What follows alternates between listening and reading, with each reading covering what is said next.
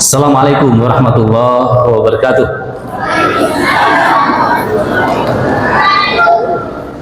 Innal hamdalillah nahmaduhu wa nasta'inuhu wa nastaghfiruh wa na'udzu billahi min shururi anfusina wa min sayyiati a'malina may yahdihillahu fala mudhillalah wa may yudlil fala hadiyalah. Asyhadu an la ilaha illallah wahdahu la syarikalah wa asyhadu anna Muhammadan abduhu wa rasuluh la nabiyya ba'da. Allahumma shalli ala Muhammad wa ala alihi wa sahbihi ajma'in. Amma ba'd. Qala ta'ala fil karim, a'udzu billahi minasyaitonir rajim. Ya ayyuhalladzina amanu taqullaha wal tanzur nafsum ma qaddamat lighadin wattaqullaha innallaha khabirun bima ta'malun. Wa qala aidan subhanalladzi asra bi 'abdihi lailan minal masjidil haram ilal masjidil aqsa alladzi barakna hawlahu liyuriyahu min ayatina innahu wasyamiul basir. Sadaqah. Bapak Ibu jamaah majelis Masjid Al-Hidayah yang dimuliakan Allah, khusus Ketua DKM beserta pengurus yang insya Allah sama-sama mengharapkan rahmat dan ridha Allah Subhanahu wa Ta'ala. Anak-anakku, ya, baik yang laki maupun yang putri, yang insya Allah Anda kelak menjadi pelanjut daripada Bapak Ibu yang saat ini sudah lahir duluan. Saya nggak menyebutnya lebih tua, bukan ya, sudah lahir duluan. Mudah-mudahan Anda semuanya ini menjadi anak-anak yang soleh, solehah, menjadi penegak dan pembela agama kelak, menjadi pemimpin yang betul-betul memantaskan diri sebagai seorang pemimpin yang hanya takut kepada Allah, bukan takut kepada manusia. Hadirin rahimakumullah, pertama dan yang paling utama, maka kita bersama-sama memanjatkan puji syukur dengan sebenar-benarnya syukur kepada Allah atas segala karunia dan nikmat yang begitu banyak yang telah Allah berikan kepada kita, terutama nikmat iman, nikmat Islam. Alhamdulillah kita malam ini diberi nikmat sehat dan terpilih sebagai orang-orang yang meringankan langkah menuju ke Masjid Al-Hidayah dalam rangka menunggu suburkan majelis ilmu. Mudah-mudahan kehadiran kita ini dicatat oleh Allah sebagai upaya maksimal untuk menjadi diri kita semuanya menjadi orang-orang yang mujtahid, orang-orang yang bertakwa kepada Allah Subhanahu wa Ta'ala.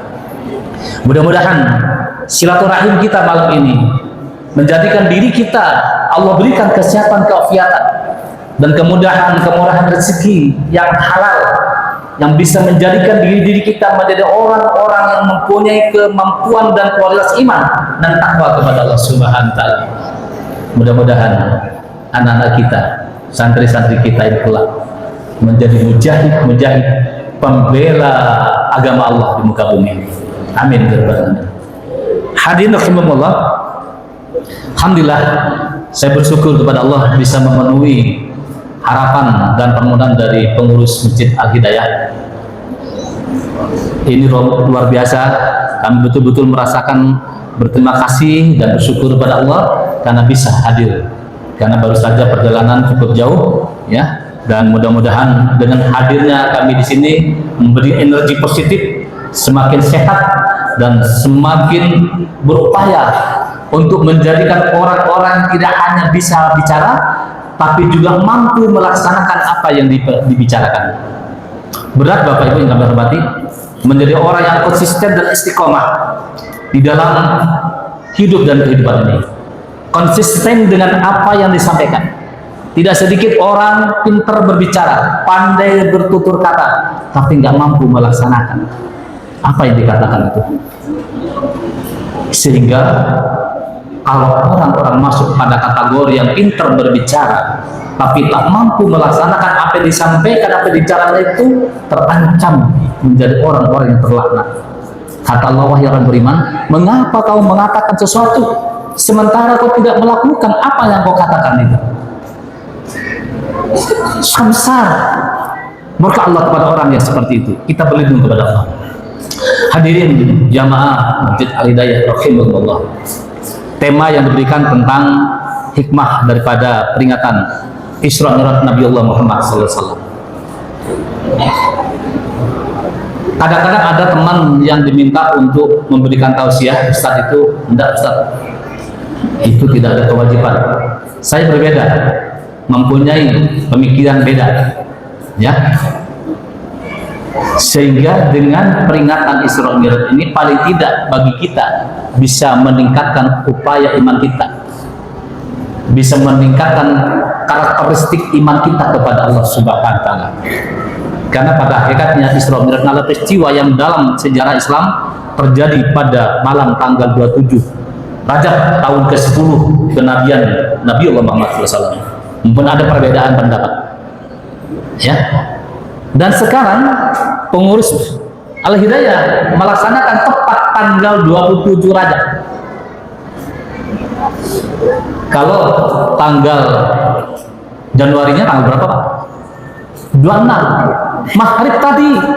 Kalau pergantian Hijriah sudah masuk tanggal 27 Rajab. Kalau tanggal Miladiyah tunggu jam 12 malam nanti baru berganti. Oleh karena hadirin bahagia, mudah-mudahan ini saya kira bukan kebetulan, tapi pengurus Al-Hidayah memprogramkan ini dengan ridha Allah Subhanahu wa Ta'ala. Sebagai pengantar bahwa Isra Mi'raj terjadi ketika Nabi kita, Nabi Allah Muhammad SAW sedang berada di Masjidil Haram di Mekah. Alhamdulillah kami baru pulang dari sana kemarin membawa 40 jamaah Nur Ramadan cabang Balikpapan kembali dengan selamat. Kami memang diantara jamaah 40 itu ada yang satu orang masuk kategori resiko tinggi. Pertolongan Allah alhamdulillah kembali dengan selamat. Ya. Isra Mi'raj terjadi ketika Nabi Muhammad SAW sedang berada di Masjidil Haram di Mekah. Dalam peristiwa ini Nabi Muhammad SAW melakukan perjalanan malam dari Masjidil Haram ke Masjidil Aqsa Yerusalem sekarang Palestina, ya, dengan menggunakan buraq. Bapak Ibu, alhamdulillah dengan pertolongan Allah kami Majelis Ulama Indonesia Kota Balikpapan tahun 2017 pernah safar ke sana. Dijelaskan oleh Mutawif, inilah tempat untuk mengikat kendaraan Rasulullah yang bernama buraq. Ya, dijelaskan. Oleh karena Bapak Ibu, ini sebagai pengantar, kalau sudah pernah safar ke Masjidil Haram, pernah safar ke Masjid Nabawi, minta kepada Allah agar Bapak Ibu bisa safar ke Masjidil Aqsa. Karena kata Nabi diperintahkan dalam sebuah hadis, disebutkan dalam sebuah hadis, pergilah kamu ke 3 tempat. Pertama ke Masjidil Haram, yang kedua ke masjidku kata Nabi, Masjid Nabawi, yang ketiga ke Masjidil Aqsa. Kita doakan Masjidil Aqsa yang baru saja melakukan gencatan senjata menunjukkan bahwa saudara kita di Palestina di Masjid Al-Aqsa ada kemenangan insyaallah. Mudah-mudahan tidak lama lagi Allah berikan kemerdekaan dengan kemenangan dan perjuangan daripada saudara kita dari Palestina. Hadirin rahimakumullah, setelah sampai di Masjidil Aqsa, Nabi Muhammad SAW melanjutkan perjalanan ke Sidratul Muntaha yang berada di lapisan langit ke-7. Dari langit pertama, kedua, ketiga, dan seterusnya sampai ke-7 itu Rasulullah SAW Nabi kita ini dipertemukan dengan para nabi. Kalau cukup waktunya nanti saya sebutkan insya Allah di belakang. Sebagai motivasi kepada anak-anakku yang saat ini sedang belajar tahfiz ini, mudah-mudahan Anda semuanya menjadi penghafal Quran yang tidak hanya sekedar hafal, tapi mampu mengamalkan apa yang kalian hafal itu nanti. Hadirin rahimakumullah, setelah singkat sebagai pengantar, pada lapisan langit ke-7 Nabi Allah Muhammad SAW bertemu dengan Allah SWT untuk menerima perintah mendirikan sholat sebanyak 5 kali sehari semalam. Saya tidak menerangkan bagaimana tahapan-tahapannya Rasulullah yang tadinya 50 hingga menjadi 5 kali sehari semalam ini. bukan mungkin, saya yakin Bapak Ibu terutama insya Allah sudah paham, ya, sudah dari tahun ke tahun sering melakukan peringatan Isra Mi'raj. Oleh karenanya sengaja saya di dalam pengantar tadi membacakan surat Al-Asr ayat 18, ya ayyuhalladzina amanu taqullah wa tandur nafsum ma qaddamat ligadi wattaqullah innallaha khabirum bima ta'malun. Surat 59 ayat 18. Wahai yang beriman, bertakwalah kepada Allah dan setiap diri dalam perhatikan terhadap apa yang diperbuat untuk hari esok, dan bertakwalah kepada Allah. Sesungguhnya Allah Maha mengetahui apa yang kamu lakukan. Ibu-ibu kami hormati, silakan introspeksi. Sudah berapa kali ibu-ibu, bapak-bapak menghadiri peringatan Isra Mi'raj Nabi Muhammad SAW ini? Pertanyaannya, sejauh mana kita mengambil hikmah daripada peringatan tersebut?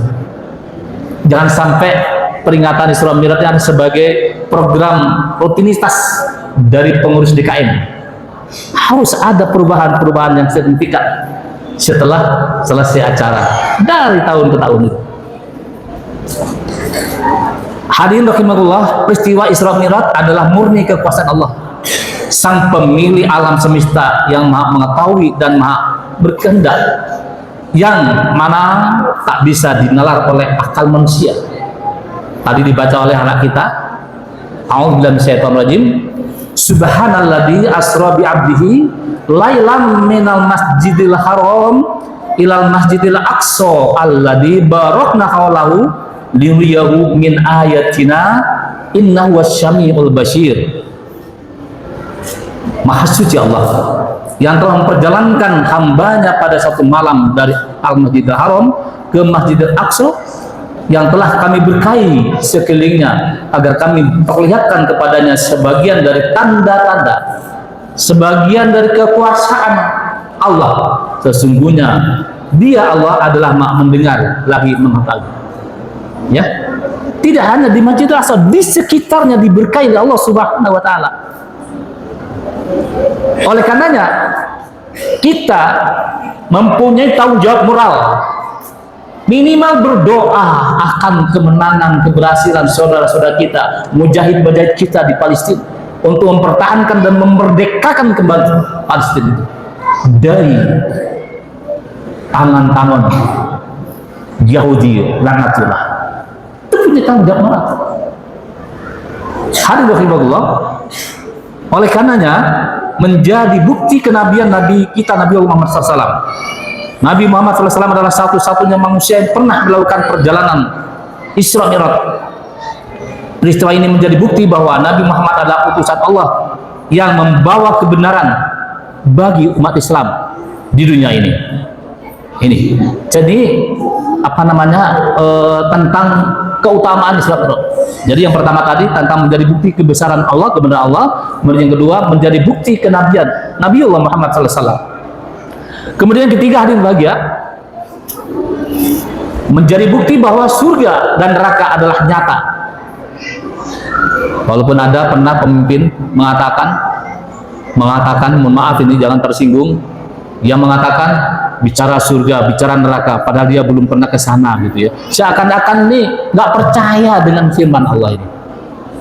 Kita doakan mudah-mudahan beliau mendapat hidayah dari Allah Subhanahu wa taala dan menyadari tentang kekeliruannya itu. Sebab dia juga saudara kita, beriman dia. Beriman. Kalau orang beriman, memilih beriman, pernah saya sampaikan di sini di kuliah subuh, dalam hidup nih Bapak Ibu ada dua pilihan. Karena waktu kuliah subuh tidak sebanyak ini. Izin ya Pak, saya ulang ya. Ya, dalam hidup ini ada dua pilihan. Milih beriman, milih kafir. Orang kafir itu tidak diatur oleh Allah. Bebas dia melakukan apa saja di muka bumi ini. Bebas orang kafir.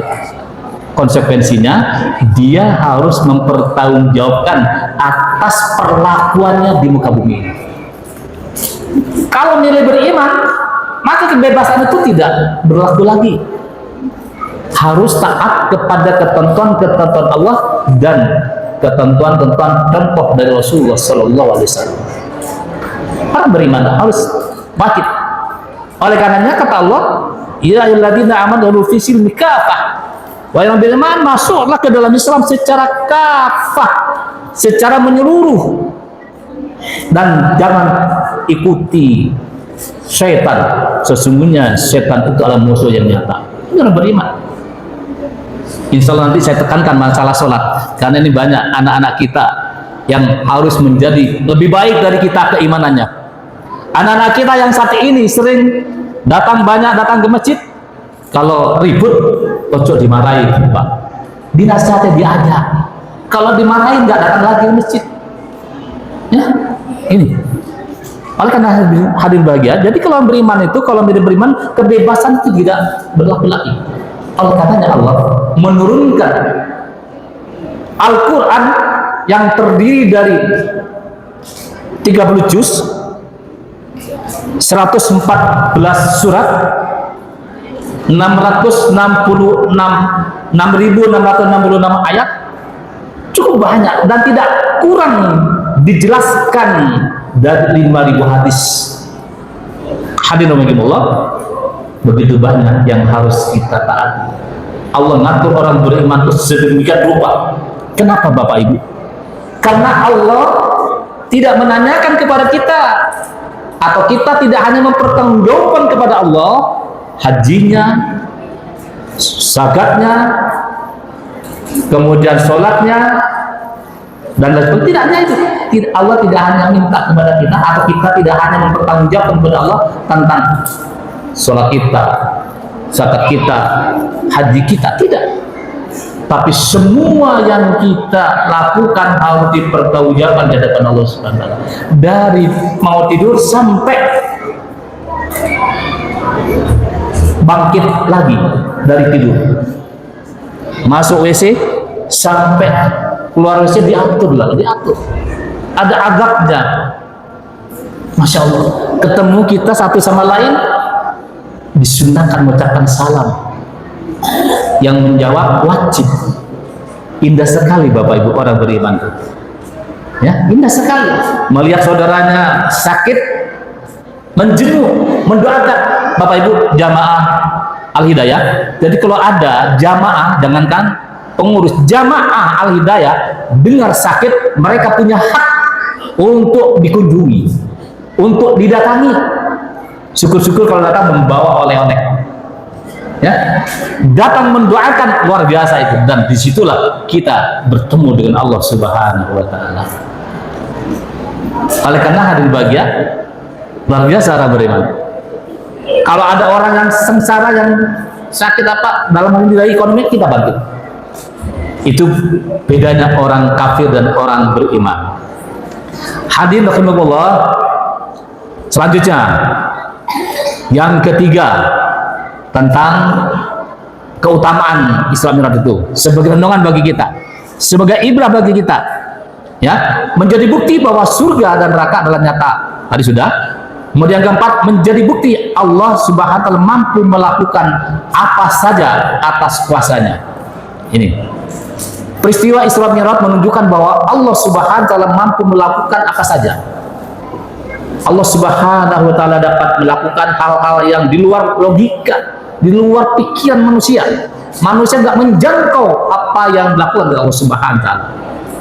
Hal ini sesuai dengan Quran surat An-Najm surat 53 ayat 13 sampai 18. A'udzubillahi minasyaitonir rajim. Wa laqad ra'ahu nazlatan ukhra inda siratil muntaha indaha jannatul ma'wa id yaksas sidrata ma yaksha ma sagal basaru wa ma tagha laqad ra'ahu min ayatihi rabbihil kubra. Dan sesungguhnya Muhammad telah melihat Jibril itu dalam rupanya yang asli pada waktu yang lain, yaitu di Sidratul Muntaha. Nanti tolong dicek Quran surat 53 ayat 13 sampai 18 adik-adik ya. Di dekatnya ada surga tempat tinggal. Muhammad melihat Jibril ketika Sidratul Muntaha diliputi sesuatu yang meliputinya. Penglihatannya Muhammad tidak berpaling dari yang dilihatnya dan tidak pula melampauinya. Sesungguhnya dia telah melihat sebagian tanda-tanda, bukti-bukti kekuasaan Allah yang paling besar.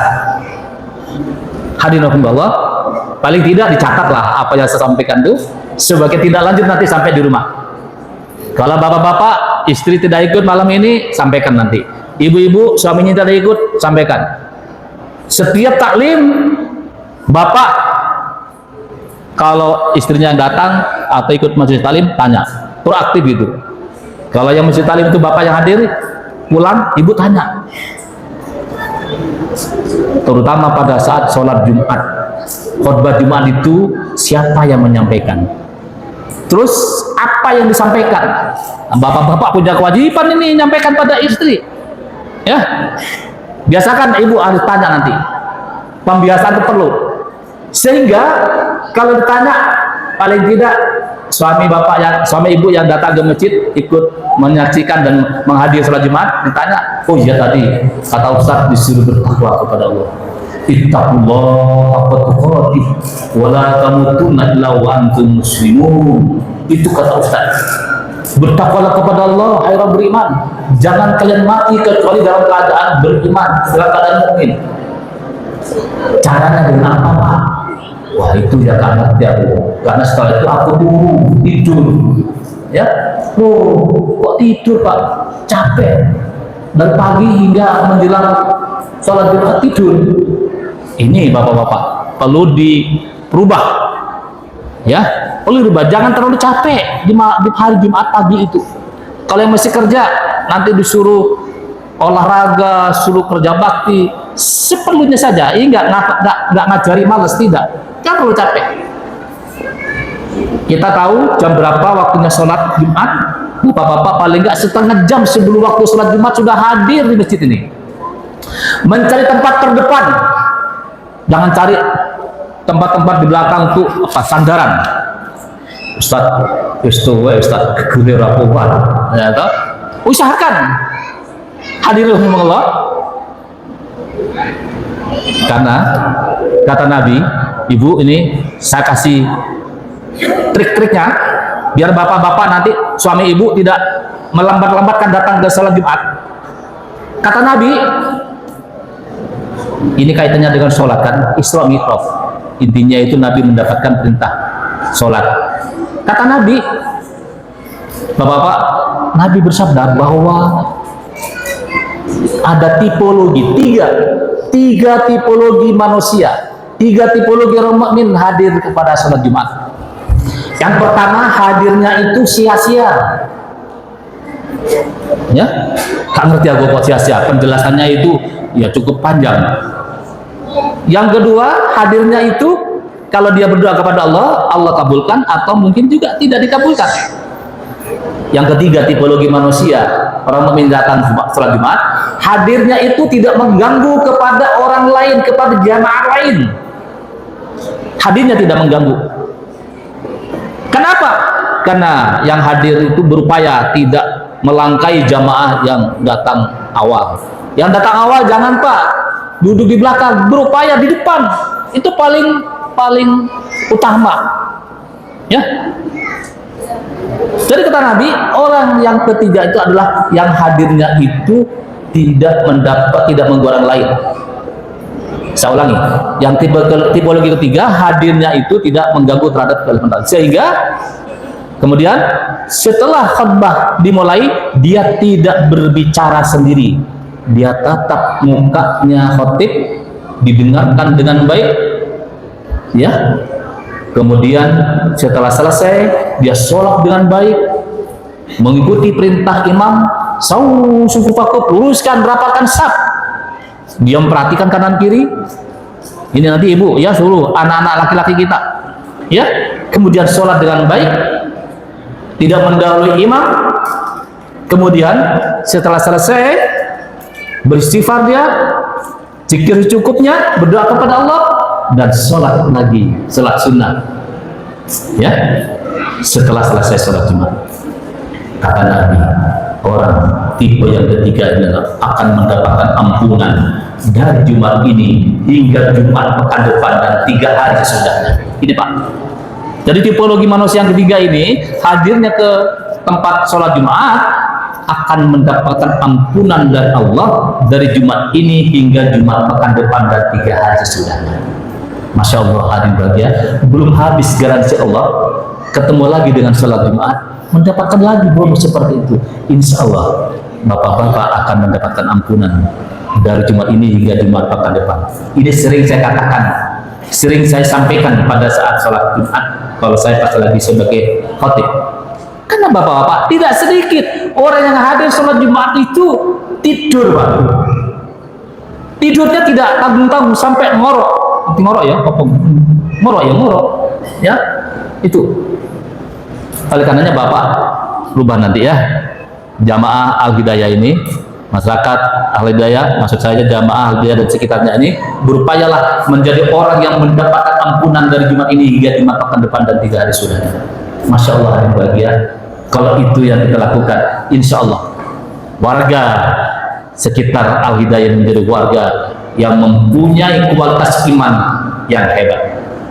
Mudah-mudahan nanti saya sampai sana ya tentang ini. Hadirin rahimakumullah, ya. Keempat, tadi sudah belum ya? Menjadi bukti Allah mampu, iya tadi sudah ya. Jadi oleh karenanya hadirin bahagia, surat 53 ayat 13 sampai 18 tolong nanti dibaca lagi. Ya, dibaca lagi bahwa dengan Isra Mi'raj itu Allah menunjukkan dan Nabi Muhammad SAW betul-betul mendapatkan karunia dari Allah Subhanahu wa taala yang tidak diterima oleh nabi-nabi yang lain. Hadirin rahimakumullah, dalam perjalanan ini Nabi kita Nabi Muhammad SAW melihat dan mengalami kejadian yang bervariasi. Ini penting saya sampaikan sebagai cuplikan sejarah ya, yang saya ambil dari buku Sirah Nabawi ya, Sirah Nabawiyah karangan Syekh Hafizur Rahman Al-Mubarakah, halaman 268 sampai 269. Kalau punya buku silakan dibaca nanti ya. Jadi ini perlu direnungkan pada kita sebagai hasil lah oleh-oleh nanti dalam perjalanan Nabi Muhammad SAW mengalami kejadian atau diperlihatkan kejadian bervariasi. Yang pertama, beliau ditawari susu dan khamar, ada juga air putih. Kemudian beliau memilih susu. Kemudian dikatakan oleh Malaikat Jibril, engkau telah diberi petunjuk sesuai fitrah. Dalam lafal yang lain, engkau telah mengenai fitrah. Sedangkan andaikan engkau memilih khamar, tentu umatmu akan sesat. Khamar itu dilarang, haram. Tolong ini diperhatikan betul. Kalau ada anak kita, cucu kita ikut-ikutan teman yang minum-minum khamar, ya, yang memabukkan, tolong dengar. Itu orang beriman itu ketika diperintahkan oleh Allah tidak perlu tanya kenapa dilarang minum khamar ini. Sesuatu yang dilarang oleh Allah pasti mendatangkan mudarat. Daging babi, bapak-bapak, ibu-ibu, itu haram dimakan. Kemudian selama 14 abad orang-orang beriman itu tidak tahu kalau daging babi itu mengandung cacing pita, ya, Bapak. Daging babi mengandung cacing pita, ada cacing pita itu baru di sekitar abad 18. Apakah selama 14 abad orang beriman makan daging babi? Tidak, karena udah dilarang dalam Al-Quran bahwa daging babi itu haram. Setelah diketahui di awal abad 18 bahwa daging babi itu mengandung cacing pita, diteliti dan akhirnya peneliti menemukan jalan keluar bahwa daging babi itu cacing pita daging babi itu akan hilang kalau daging itu dipanaskan di atas 100 derajat. Apakah orang beriman makan daging babi? Tidak. Kalau sudah daging babi itu dipanasi di atas 100 derajat, ya mungkin udah menjadi arang, Pak ya. Tapi tetap orang beriman tidak memakan daging babi. Itulah orang beriman, konsisten dengan apa yang dilarang oleh Allah Subhanahu wa taala. Termasuk khamar. Tuh lihat, orang-orang yang mabuk, apa yang terjadi? Dia melakukan perbuatan-perbuatan yang tidak terkontrol, lost control ya. Di dalam dirinya sudah tidak ingat apa-apa. Hadirin rahimakumullah, Jadi dalam perjalanan itu Nabi melihat mengalami kejadian yang pertama itu beliau di tali susu, kemudian ada hammer air putih, beliau milih susu. Kemudian kedua, beliau melihat 4 sungai di surga, 2 sungai tampak dan 2 sungai tersembunyi. 2 sungai yang tampak ini adalah sungai Nil dan Ifrat, yakni unsur keduanya. Adapun yang tidak tampak adalah 2 sungai di surga. Barangkali makna melihat sungai Nil dan Efrat ini tersebut adalah sebagai isyarat atas eksistensi Islam pada kedua wilayah di mana kedua sungai tersebut berada. Wallahu a'lam bishawab ini ya. Kemudian yang ketiga, beliau melihat malaikat Malik menjaga neraka yang tidak pernah tertawa. Di wajahnya tidak terpancar kegembiraan dan keserasian. Oleh karenanya Az-Zumar, di dalam Quran surah Az-Zumar itu salah satu ayat menjelaskan orang bertakwa itu digiring secara berombongan ke surganya Allah. Begitu masuk di depan pintu surga Allah, malaikat penjaga surga itu menyambut dengan gembira dan ucapkan salam kepada mereka. Sebaliknya, orang-orang kafir digiring oleh para malaikat penjaga neraka untuk masuk ke neraka. Begitu ada atau sampai di pintu neraka, malaikat-malaikat ini bertanya, "Hai kalian, apakah tidak ada rasul, ustadzah yang berikan pencerahan kepada kalian bagaimana orang-orang yang beriman harus melakukan kegiatan aktivitasnya?" Apakah belum ada rasul yang ada? Tapi saya tidak melakukan. Marahnya bukan main, sehingga dia dimasukkan ke neraka dengan cara yang sangat kasar. Hadirin Allah, kalau nanti direnungkan bagaimana kalau kita masuk ke satu tempat kemudian oleh satpam itu ya tidak ada rasa simpatinya karena kita salah. Hadirin Allah, oleh karenanya bapak-bapak dan ibu-ibu, ini hal-hal yang jelas Allah memperlihatkan melalui malaikat Jibril kepada Nabi Muhammad SAW. Kemudian yang ketiga, yang keempat, beliau juga melihat surga dan neraka. Ya. Kemudian yang kelima, beliau melihat para pemakan harta anak yatim secara zalim. Mereka memiliki bibir seperti bibir unta, domble, ya tahu. Kemudian mulut-mulutnya mereka dilempari dengan sepotong api dari neraka seperti batu sebesar genggaman tangan, lalu keluar dari dubur mereka. Dan hati-hati bapak-bapak, ibu-ibu terhadap anak yatim kita. Jangan sampai kita menjadi orang yang mendolimi kepada anak yang sudah ditinggal oleh bapak ibunya. Ya. Kemudian hadirin bahagia, beliau melihat para pemakan riba yang memiliki perut-perut yang buncit.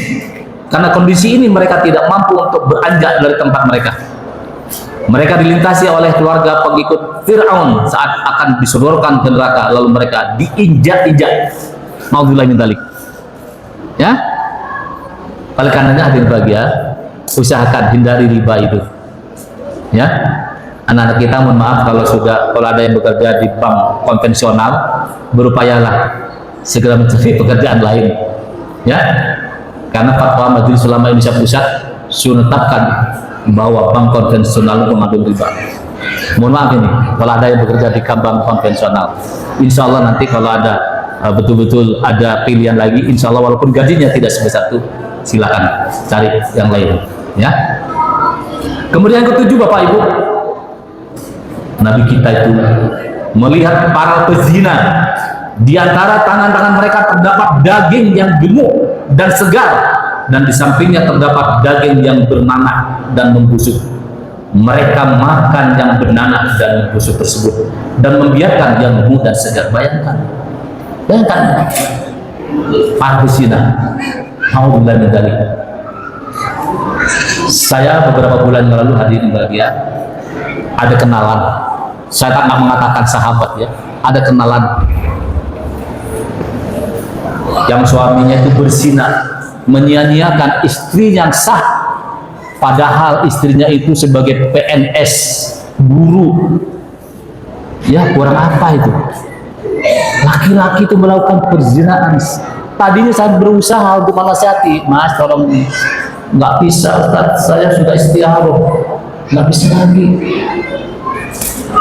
Saya tuh nggak senang terlalu berbelit-belit Bapak-Bapak. Saya tanya, apakah ada wanita lain yang mengganggu Anda? Ada Ustaz. Kalau ada begitu, kalau kamu nggak sempat bertobat kepada Allah, ya lihat aja nanti. Ya, tidak. Ini di masjid saya bicara ini, didengar dan disaksikan oleh Allah, dicatat oleh malaikat. Hati-hati kita.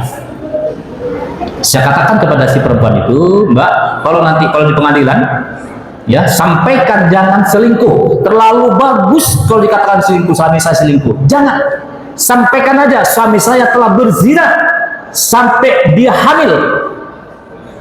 Naudzubillah min dzalik, hadirin bahagia. Senin kemarin, karena kami ada di tanah suci sama istri, tidak bisa mendampingi perempuan itu, Bapak Ibu.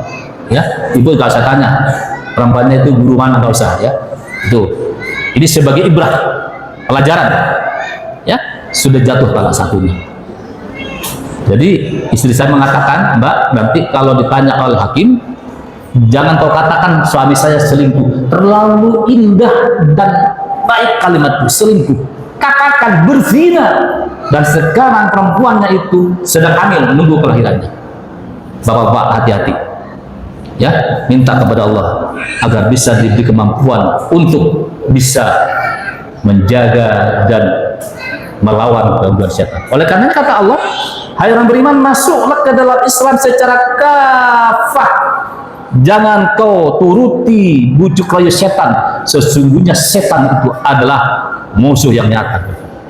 Hadirin bahagia, mudah-mudahan kita dijauhkan dari perbuatan berzina. Kemudian yang ke-8, beliau melihat wanita yang suka membawa masuk para laki-laki asing, ya.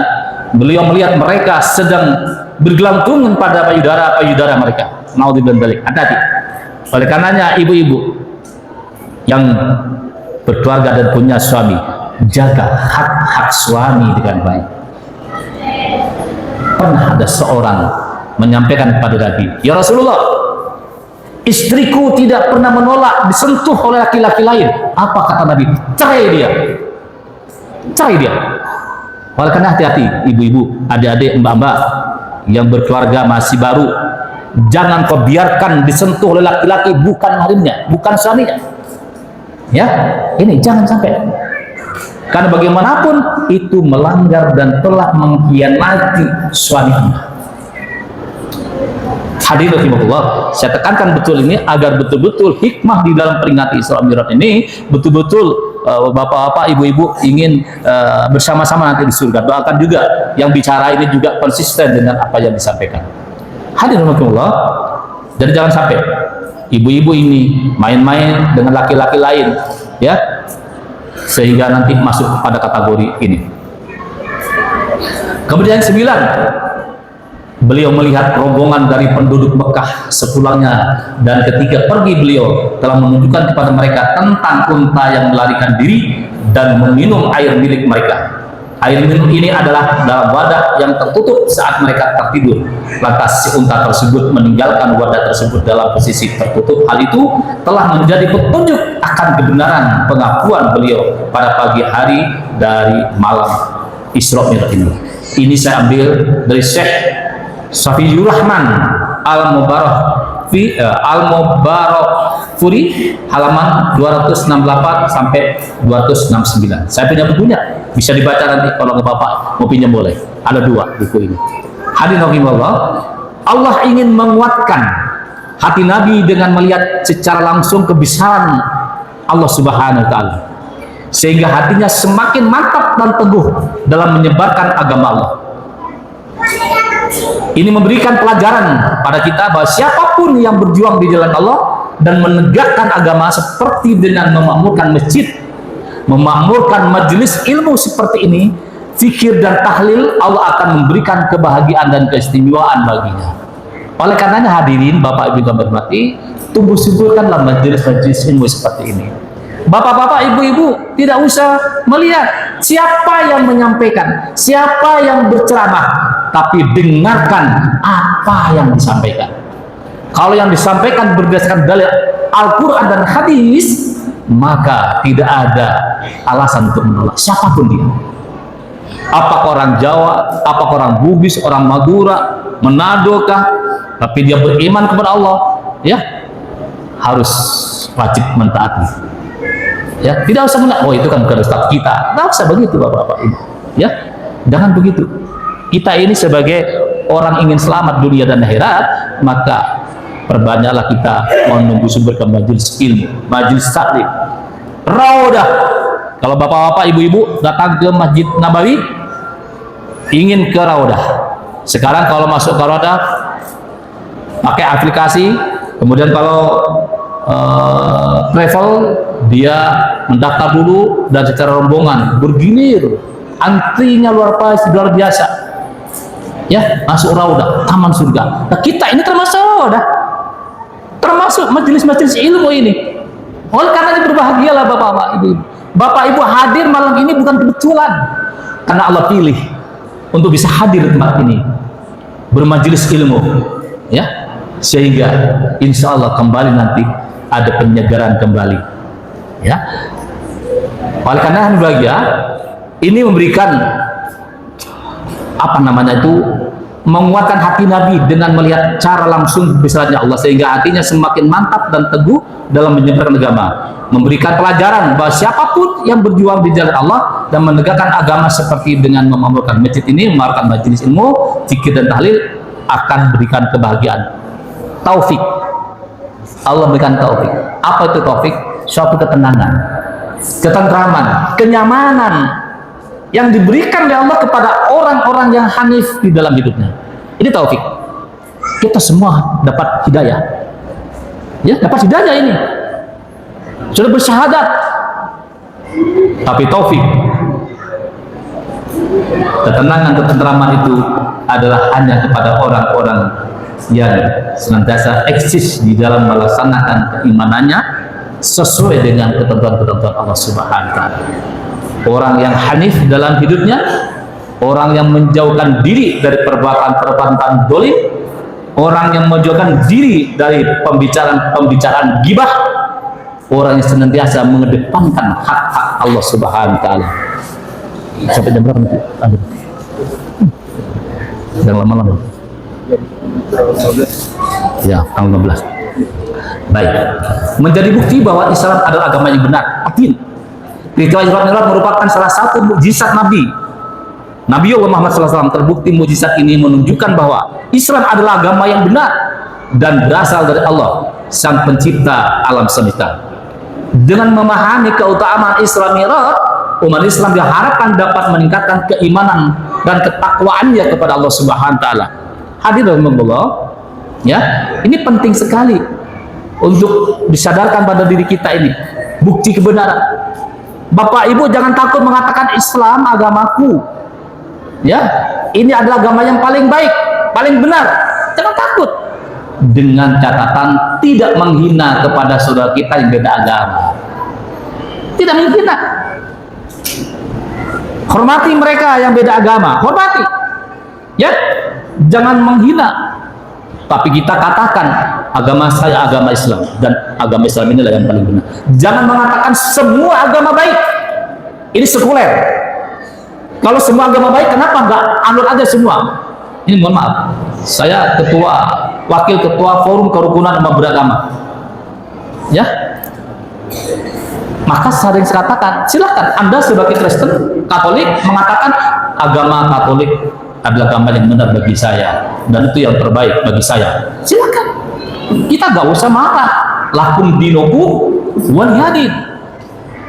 Dan kita jangan mengatakan semua agama baik. Semua agama baik, tapi yang paling baik bagi saya adalah Islam. Maka saya peluk agama Islam, maka saya laksanakan segala perintah Allah dan Rasulnya. Ya, ini Bapak Ibu, tanpa mengejek, menghina saudara kita yang beda agama dengan kita. Hadirin rahimakumullah, ini penting sekali untuk kita renungkan, ya. Yang kelima, hikmahnya menjadi bukti bahwa Islam adalah agama yang paling benar ini. Tadi saya katakan, sekali lagi saya terulang ini. Jadi upayakan kita punya keyakinan, ya. Hadirin bahagia, kurang 10 menit, insya Allah minta waktu 5 menit lagi ya Pak. Adapun esensi dari memperingati Isra Mi'raj, esensinya apa? Pentingnya apa? Ini saya tekankan di sini. Tadi itu sebagai bumbu-bumbunya ya. Pertama, menguatkan hati. Isra Mi'raj adalah kemuliaan dan keistimewaan dari Allah kepada Nabiullah Muhammad SAW yang baru saja mengalami hal yang amat menyedihkan. Kenapa menyedihkan? Karena wafatnya Ibunda Siti Khadijah. Ibunda Siti Khadijah sebagai pelopor rumah tangga anak, termasuk dalam hal ini finansialnya cukup luar biasa. Jadi sebagai istri tercinta yang selalu mengorbankan jiwa, tenaga, pikiran dan hartanya demi perjuangan, ini lambang perlindungan keluarga. Bapak-bapak ini siap-siap kalau satu saat istri kita meninggal, dikenal yang baik-baik, yang jelek-jelek jangan dikenal, diamalkan. Banyak diantara saudara kita kalau istrinya meninggal duluan, bapak-bapak itu kan cepat juga kan, nggak perlu nunggu ini Ustaz idahnya, bapak ya. Tapi bukan bapak di sini kan gitu ya. Tapi ini diuji dengan meninggalnya istri tercinta. Kemudian wafatnya sang paman yakni Abu Thalib yang selalu melindungi Nabi dari kekejaman kaum Quraisy Laratullah. Abu Thalib ini bapak lambang perlindungan politik. Kalau sekarang tim ses daripada gubernur, wali kota, kemudian DPRD kan dapat honor, dapat uang, dapat gaji. Karena itu Pak, Abu Thalib ini ikhlas. Betul-betul dia sebagai pelindung terhadap keponakannya ini meninggal dunia. Oleh karenanya hari bahagia, saya mencatat sebenarnya banyak tentang karakteristik binti Khadijah binti Khuwailid, di mana ini banyak, tapi nanti bapak-bapak bisa baca sendiri kenapa Khadijah ini dikatakan sebagai lambang perlindungan keluarga, terutama ibu-ibu, agar ibu-ibu menjadi Khadijah yang saat ini yang membantu terhadap suami di dalam berdakwah. Ya, kemarin bulan lalu mungkin ya, saya mendapat tamu temannya siapa imam kita tadi? Pak Subhan dari Jember dan dari Lumajang. Ya, 40 hari meninggalkan 40 hari, 3 bulan itu lupa saya, meninggalkan keluarganya 3 bulan, luar biasa itu. Saya tanya, gimana Pak keluarganya? Karena sempat juga mabit di kampus kami di Masjid Uniba. Kami siapkan Pak, selama ini kami siapkan, begitu sudah siap kami tinggal istri dan anak-anak. Begitu nanti selesai ya alhamdulillah ya kami kembali dan bekerja lagi. Begitu luar biasa ini. Wahai para ibu-ibu, bantu pekerjaan suami dengan ikhlas, dengan catatan Anda harus jaga hak-hak suami ya, jaga hak-hak suami. Jangan terima tamu kalau suami tidak ada. Kalau tamu itu apalagi laki-laki sendirian, kecuali yang tamu itu ada suami sama istrinya berdua, silakan. Tapi kalau sendiri, apalagi laki-laki tanpa bawa teman, jangan ya. Baik, oleh karenanya Abu Thalib ini lambang perlindungan politik, meninggal dunia sehingga beliau dalam keadaan sedih ya. Oleh karenanya hari bahagia ini perlu diperhatikan ya. Jadi pertama menguatkan hati Rasul, hibur. Kemudian yang kedua itu kewajiban sholat. Ini saya tekankan ya, saya tidak menerangkan tentang bagaimana Abu Thalib dan Khadijah. Isra Mi'raj ini bapak-bapak dan ibu-ibu melekat dari dari kewajiban sholat. Tadi sudah saya sebutkan bahwa Syekh Sabiur Rahman dalam kitabnya Perjalanan Hidup Rasul yang agung Muhammad SAW pada halaman 197 menjelaskan bahwa jika Nabi melakukan Isra Mi'raj dengan ruh dan jasadnya sebagai mukjizat, sebuah keharusan bagi tiap muslim menghadap Mi'raj kepada Allah Subhanahu wa taala minimal 5 kali sehari semalam. 5 kali sehari semalam. Subuh 2 rakaat, Duhur 4 rakaat, asar 4 rakaat, maghrib 3 rakaat, isya 4 rakaat. Kalau yang saat ini sudah biasa melakukan sholat rawatib, alhamdulillah, sholat sunnah yang mengikuti sholat wajib tadi, qobliyah subuh tidak pernah ditinggalkan. Tolong bapak, ibu-ibu, mulai hari ini ya. Kalau yang sudah, alhamdulillah. Yang belum, usahakan jangan tinggalkan sholat qobliyah subuh, karena sholat sunnah qobliyah subuh itu kata Nabi lebih besar dibanding dunia beserta isinya. Ya, itu. Oleh karena hadirin bahagia, usahakan ini masalah sholat. Anak-anakku ya yang sudah 10 tahun ini udah wajib sholat. 10 tahun tidak sholat dicambuk oleh bapak ibunya. Cambuk itu bisa dengan lidi, cambuk bisa dengan pecut, bisa dengan kata-kata, bisa dengan air. Ya, subuh nanti kalau nggak bangun-bangun, bapak-bapak janjian tapi sama anak-anak. Kau nanti sebelum adzan sudah tak bangun ya. Percikan, sebelum percikan, Bismillahirrahmanirrahim. A'udzubillahi Bismillahirrahmanirrahim. Jadikan anak kami Allah yang soleh, soleha. Sabar warahmatullah agar yang menjadi penegak sholat. Ini sudah 10 tahun gitu, disiram, dipercikan aja. Jangan disiram pakai ini semuanya ya. Percikan aja ya dia. Jangan marah nanti, jangan marah. Ya. Kata Nabi, kalau kau punya anak 7 tahun, ajarin sholat. 10 tahun tidak sholat, cambuk. Ini silakan ibu-ibu, bapak-bapak, anak yang 10 tahun tuh wajib sholat, diajarin ke masjid. Sebelum berangkat ke masjid, diajari adab masuk masjid, bagaimana masuk ke masjid, doanya gimana, kaki apa yang harus dimasukkan belakang dulu kepada masjid, kalau keluar bagaimana doanya. Mudah-mudahan pengurus DKM Al-Hidayah ini sudah paling tidak menempel di depan pintu untuk doa masuk masjid, kemudian mau keluar ada doa keluar masjid. Mudah-mudahan biasakan pelatih ya. Setiap langkah bapak-bapak, ibu-ibu, terutama bapak-bapak, setiap langkah kanan melangkah ke masjid ini mendapatkan pahala, kaki kiri melangkah ke masjid menghapuskan dosa kita. Di kanan kiri pohon yang kita lalui semuanya akan menjadi saksi di yaumil akhir nanti. Bapak-bapak ya, berupaya dan telah melakukan memakmurkan dan memakmurkan masjid ini. Hari bahagia, ini penting sekali.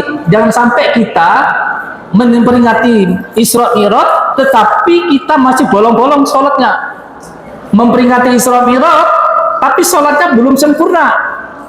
Bagaimana mengatur kakinya bapak-bapak, harus lurus, jangan satu keiran ya, lurus ya. Imam pelan-pelan saja memperingati, tolong Pak diluruskan, rapatkan ya, rapatkan. Jangan mendahului imam. Imam bertakbir Allahu Akbar, baru makmum Allahu Akbar. Imam ruku Allahu Akbar, dengar bar, baru makmumnya Allahu Akbar.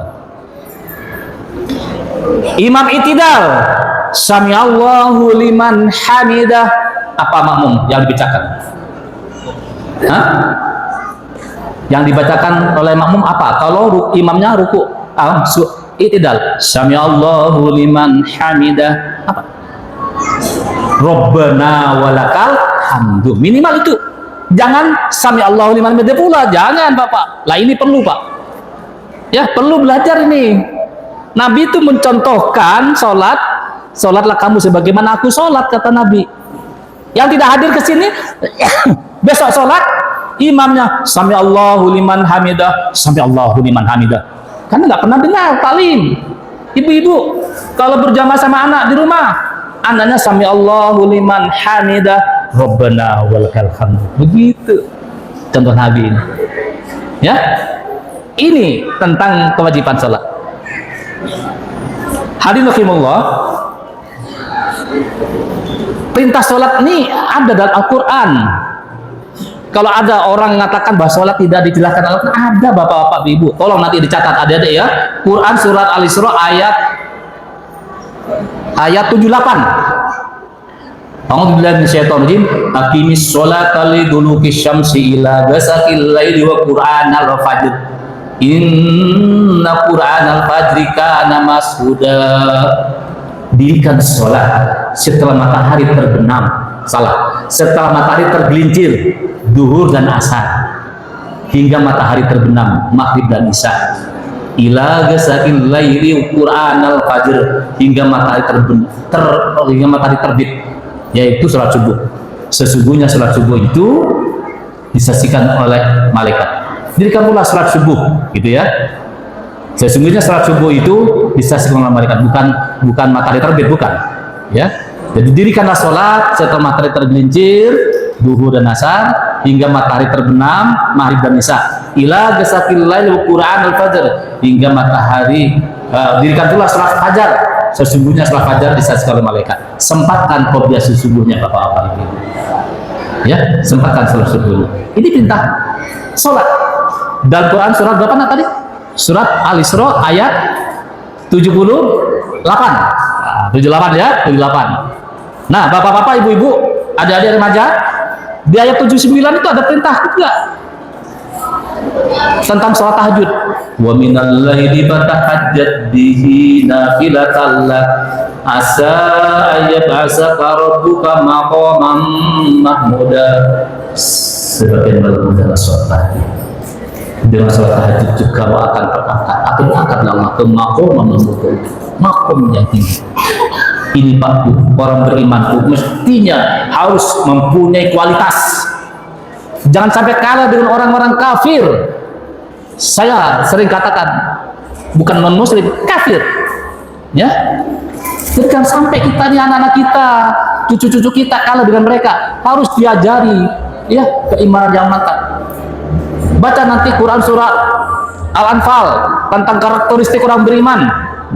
Ini saya tekankan betul masalah sholat. A'udzubillahi minasyaitonir rajim. Innamal mu'minuna alladzina idza dzukirallahu wajilat qulubuhum wa idza tuliyat 'alaihim ayatuhu zadatuhum imanan wa 'ala rabbihim yatawakkalun. Kata Allah, sesungguhnya orang-orang beriman itu apabila disebut asma Allah, gemetar hatinya. Dibacakan ayat-ayat Allah, baik kauliah maupun kauniyah, bertambah imannya. Dan hanya kepada Allah ia bertawakal. Al-Anfal surat 8 ayat 2 dan 3 Bapak. Itu karakteristik orang beriman. Jadi mereka itu seperti itu. Ayat yang ketiga, alladzina yuqimunas sholata wa mimma razaqnahum yunfiqun. Siapa mereka itu? Yang gemetar hatinya kalau disebutkan sama Allah, siapa itu? Yang dibacakan ayat-ayat bertambah imannya, siapa itu? Alladzina yuqimunas sholata wa mimma razaqnahum yunfiqun. Mereka itu adalah orang yang mendirikan salat, bukan mengerjakan salat, mendirikan salat. Orang yang mendirikan salat dan menafkahkan sebagian rezeki yang Allah berikan kepadanya. Oleh karenanya hadirin bahagia, kalau Nabi kita di Isra Mi'rajkan oleh Allah, kata kuncinya menerima perintah salat, maka kita harus menjadi penegak salat.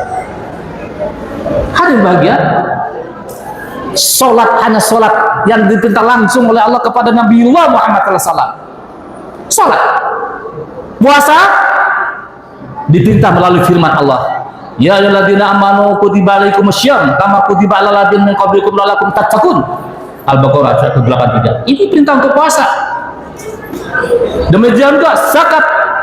Demikian juga haji diperintah berdasarkan firman Allah. Tetapi salat Bapak Ibu, salat ini Allah mengundang khusus Nabi kita ke Sidratul Muntaha, mendapat perintah dirikan salat sebanyak 50 kali sehari semalam.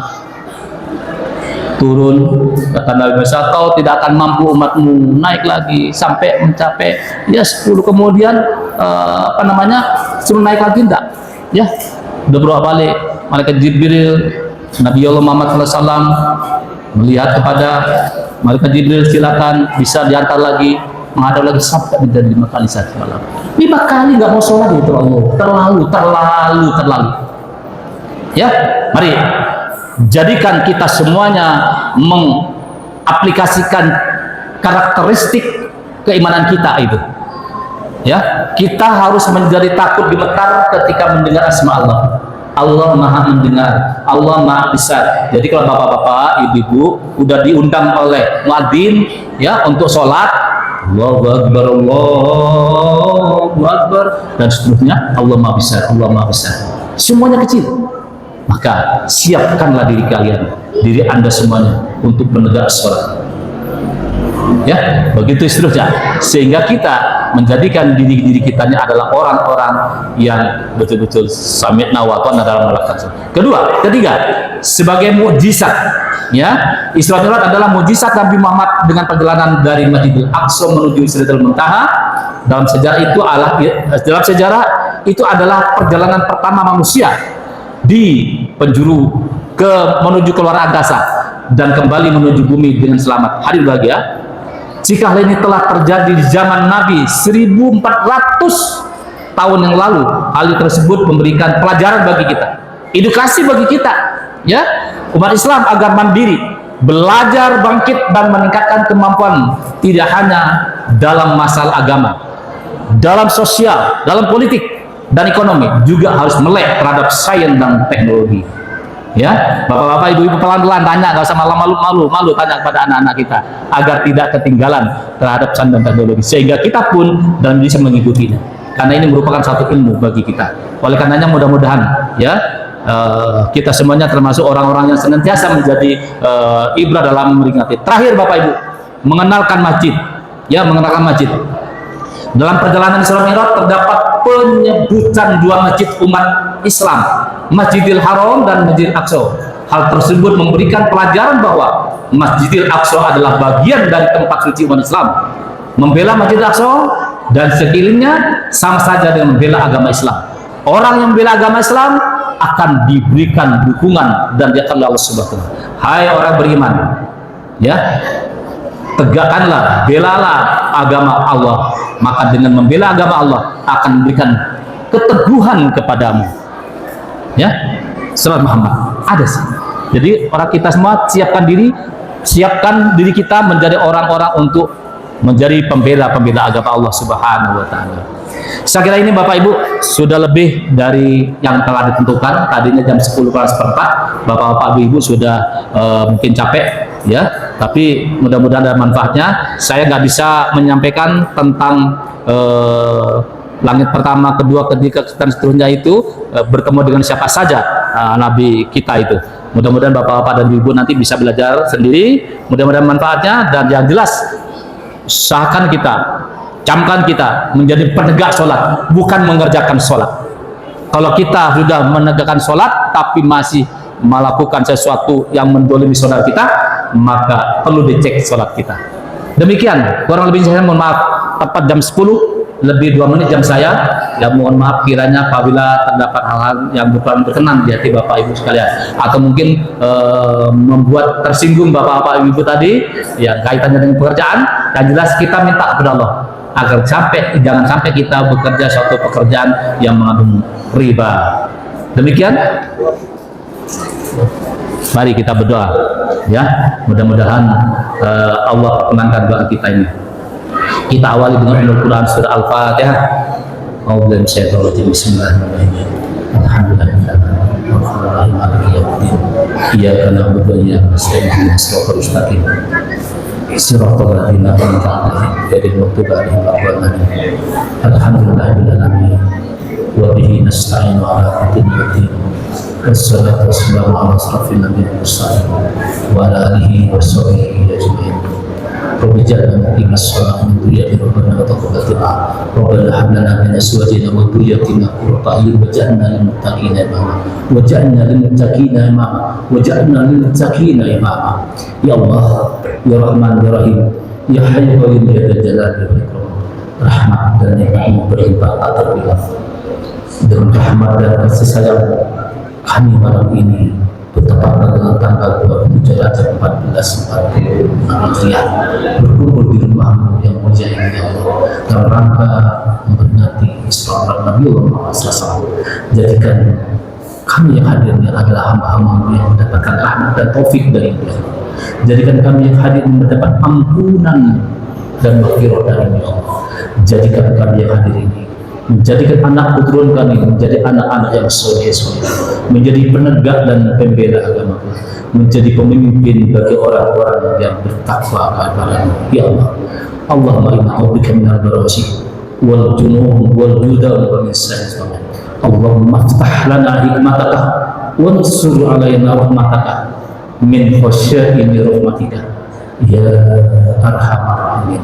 Rabbana la tu'akhidhna in nasina aw akhtana Rabbana wa la tahmil alaina isran kama hamaltahu 'alal ladzina min qablina Rabbana wa la tuhammilna ma la taqata lana bih wa'fu 'anna waghfir lana warhamna anta maulana fansurna 'alal qaumil kafirin. Rabbana atina fid dunya hasanah wa fil akhirati hasanah wa qina adzabannar. Subhana rabbika rabbil izzati amma yasifun wassalamu 'alal mursalin walhamdulillahi rabbil alamin. Bila taufiq hidayah. Assalamualaikum warahmatullahi wabarakatuh.